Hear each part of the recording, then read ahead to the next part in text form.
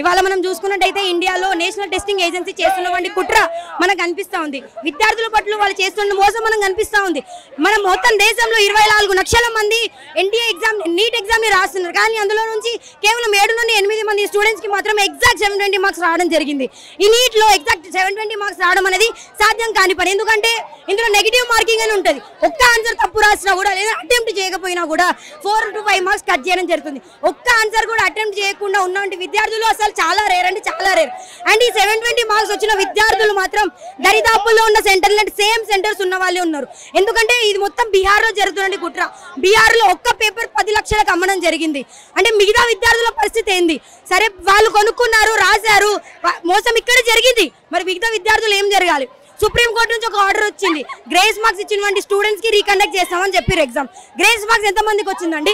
1,24,000 మందికి మాత్రమే వచ్చింది. మరి మిగతా విద్యార్థుల పరిస్థితి ఏంటి? 23 లక్షల విద్యార్థుల పరిస్థితి ఏంటి? మరి ఖచ్చితంగా నీట్ ని మళ్ళీ రీకండక్ట్ చేయాలి. ఇప్పటికీ ఈ మోసానికి బలైనటువంటి విద్యార్థులు 9 మంది సూసైడ్ చేసుకోవడం జరిగింది.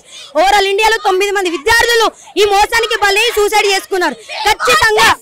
ఖచ్చితంగా ఎగ్జామ్ అనేది రీకండక్ట్ చేయాలి, ఎన్టీఏని రద్దు చేయాలి అనేసి మా ఆర్గనైజేషన్స్ అన్ని ఈ మార్చ్ ని కాల్ ఇవ్వడం జరిగింది.